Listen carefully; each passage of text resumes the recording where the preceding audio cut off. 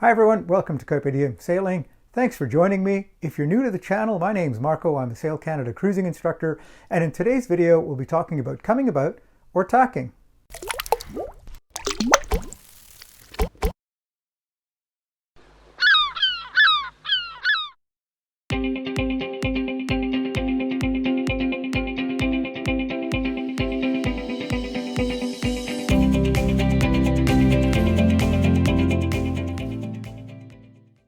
Welcome to episode 32, Coming About.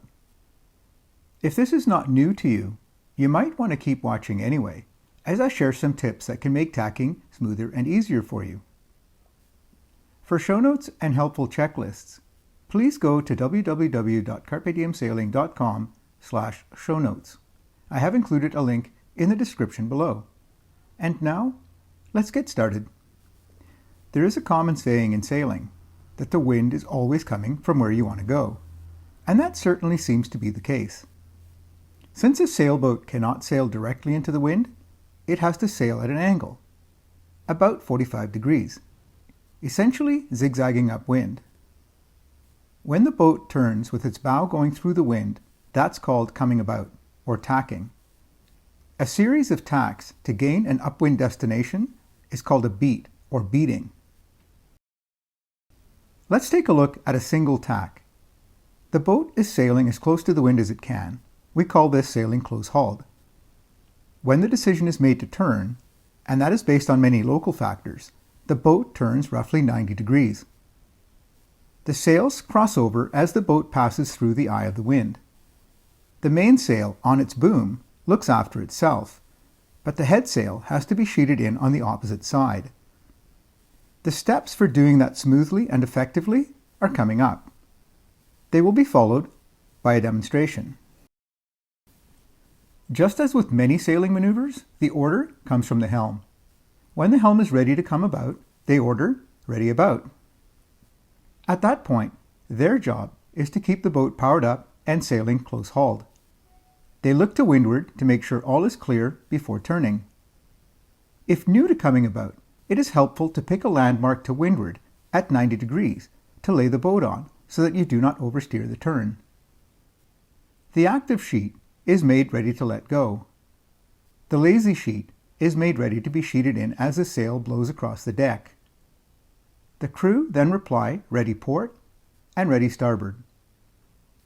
The helm makes one last check to windward to make sure all is clear and turns upwind to complete a 90-degree turn, saying helm's a-lee as they turn the boat.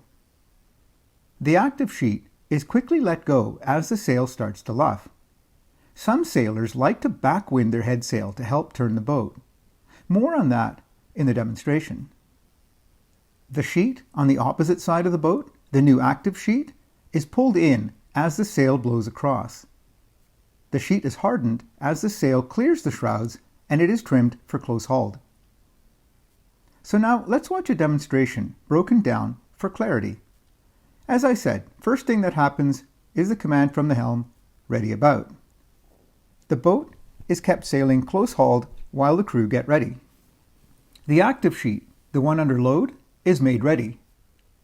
Notice that I'm holding the wraps tightly against the winch so that the sheet does not slip. I make sure to keep all the wraps on the winch, once again so I can easily hold the sheet without slipping. I hold the tail of the sheet back and out of the way with my other hand and I say, ready port. On the starboard side, I'm ergonomically seated behind the winch and I take up the sheet with only one wrap around the winch. This is to prevent a riding turn or override. By the way, if you'd like to know how to clear an override, check out the rolling hitch in my knots video. I also make sure the line is wrapped around the winch in the right direction, usually clockwise. I then say, ready starboard. Back on the active sheet, I watch the luff of the sail, and as soon as I see it start to luff, I cast the sheet off the winch. I find it handy to watch the telltales as the boat starts to turn. I cast the line off as soon as I see the windward telltales, the blue ones in this case, break. As I mentioned earlier, some sailors like to backwind the jib to help the turn. On some older, very heavy boats, this had to be done, or the boat would not complete the turn, and it ran the risk of being in irons. On a modern fin-keel spade rudder boat, there is no need for this, and personally, I don't like the wear and tear on the stitching of the sail every time it rubs on the shrouds while released under load. I also find that for the person letting the sail go, it's easiest and safest for them when there is no load on the sail. The trick is to get the line off as quickly as you can and to let it run.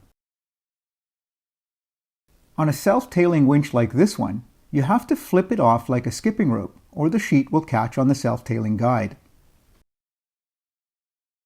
On a non-self-tailing winch, you simply pull straight up and let the sheet go. The sail will then blow across the deck as the boat turns into the wind. As the sail blows across, take up the slack as quickly as possible. Remember, only one wrap when taking up the slack to prevent an override. Notice that my head is up and I'm watching the sail. You will have to wait a moment for the sail to blow clear of the shrouds.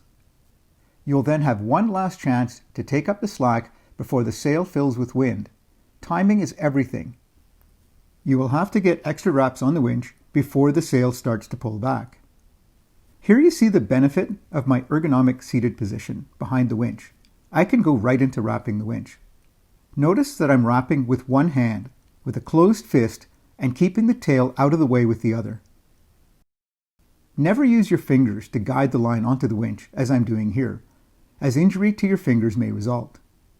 After adding the wraps and positioning the sheet into the self-tailer, I reach for the winch handle.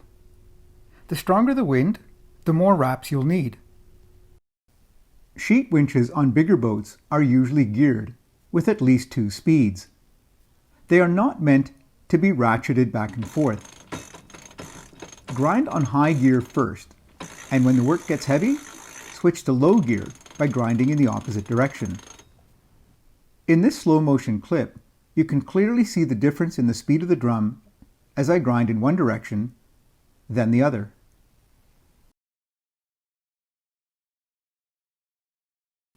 I look up to see that the sail is sheeted all the way in, but not in contact with the rigging, and the handle is immediately removed and stowed. Winch handles are not to be left in the winch when not in use, as they are a tripping hazard. If the sail needs to be eased out, as I'm doing here, make sure to keep all the wraps on the winch when you uncleat it from the self-tailing device or deck cleat.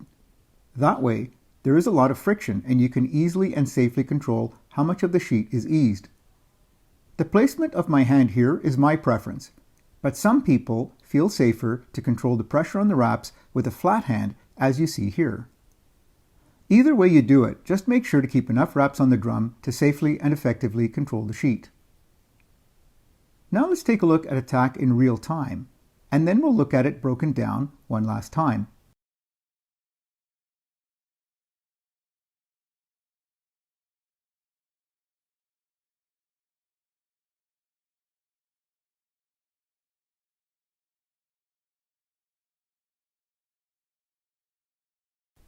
The crew is ready, and the boat turns upwind.